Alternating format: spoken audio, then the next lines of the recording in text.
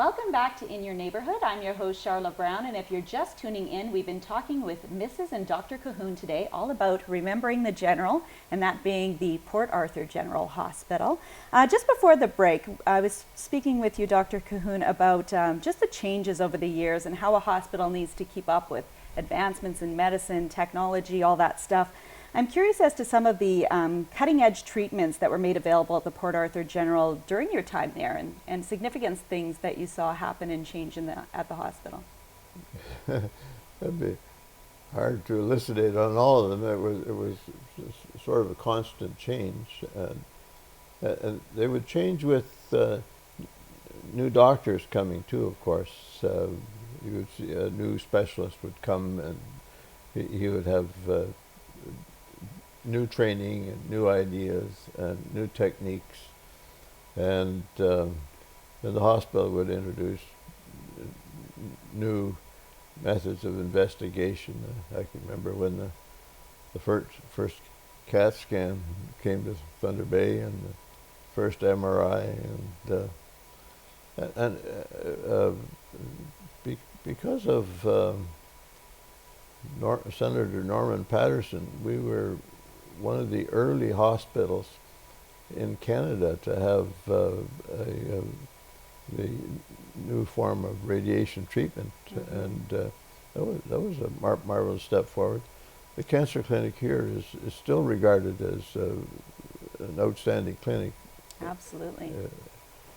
And I understand cardiac care as well. I know I spoke with Shirley, who she's going to join us for the next segment, but that there was a lot of advancements in cardiac care that happened at the Port Arthur General as well. Oh, sure. We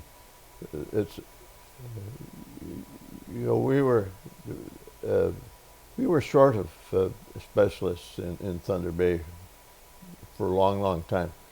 With the opening of the hospital, the new hospital, and the new medical school, that's stopped now. We are well supplied with highly trained specialists. And you mentioned cardiologists. You don't attract a new cardiologist nowadays unless you've got all the bells and whistles. Right. And we've got them in this hospital now. And they're even talking about open heart surgery. And that'll happen here. Absolutely. Probably not for a few years, but it's great. So but that's up to date technology, and it's here in Thunder Bay. Yeah, and nice to have it close to home, that people aren't having to be sent to Hamilton or somewhere else to go. That you have the comforts of home, especially because we're a hospital for the north. You know, it's already, people are making lots of times a trip here too. Well, it saves lots of money for the system to have people treated here. Absolutely, for sure.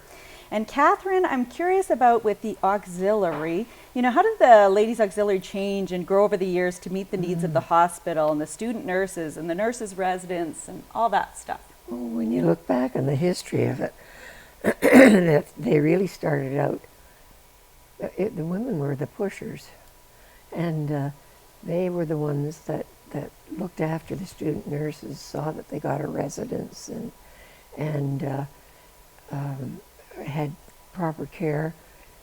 Jim was the nurse for one of the hospitals, so I assume that I was the doctor. you were the doctor for the nurses. For the School of Nursing, yeah. Try that again. Nice.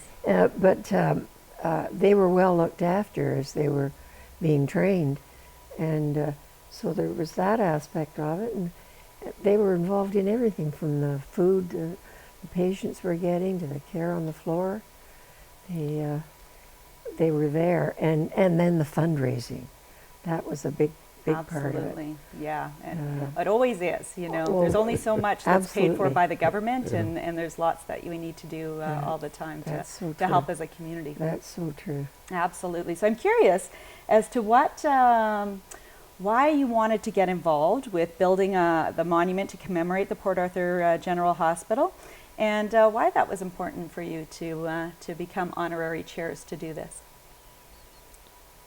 Well, the hospital occupied, a Big part of our lives. big role in with Port Arthur in its early stages, of course, but then Thunder Bay.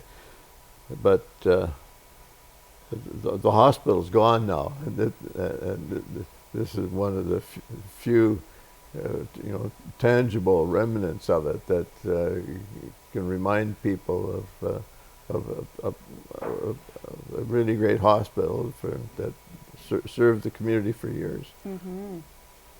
How about you, Catherine? Oh, I think he's expressed it very well. It was a big part of our lives, Yeah. and I just was very sad, happy that we were going to have a new hospital, but very sad that the general was going to be torn down.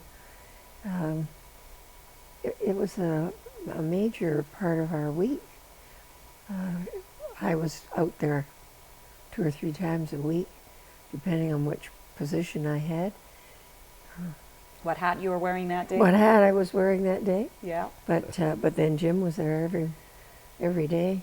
You have morning, noon, and night, I'm Yeah, sure. That's true. Yeah. So it was very much part of our lives. Yeah, and I'm sure not just to you both, but thousands of lives of doctors that work there, nurses that work there, technologists, assistants that work there, patients that went there, people who were born there. It's part of our history, so I think Oh, that's sure. great that we're working to preserve that. I think so too. So let's leave with maybe a memory, a favorite memory that you have from the Port Arthur General. If you could each maybe share one with me, I'm curious as to what that would be. That's a tough question. I guess one of the things, the first year I was here, I started in July, and I have friends in Port Arthur, of course, and we were going partridge shooting for a weekend. And my buddies all took off on Friday, and of course I couldn't take off Friday. I was working, but I joined them Friday evening, and I was driving down the highway, and I saw this truck coming at me from the other way. It was a half-ton truck. It was sort of veering around a bit, and then he went over to the shoulder. The guy hopped out and was waving his hands. He had developed a flat tire.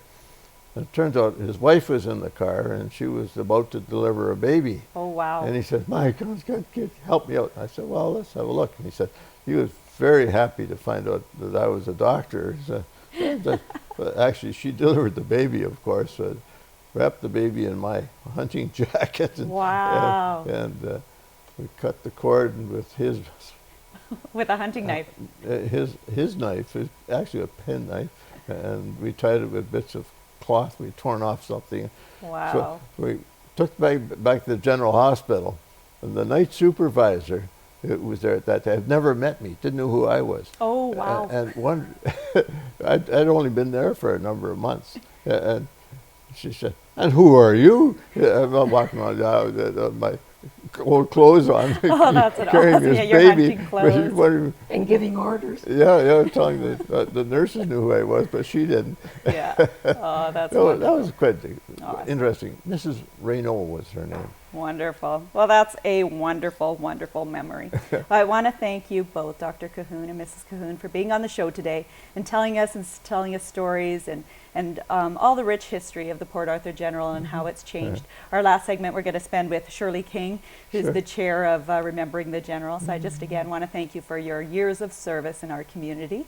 And keep watching. We'll be right back with more on In Your Neighborhood.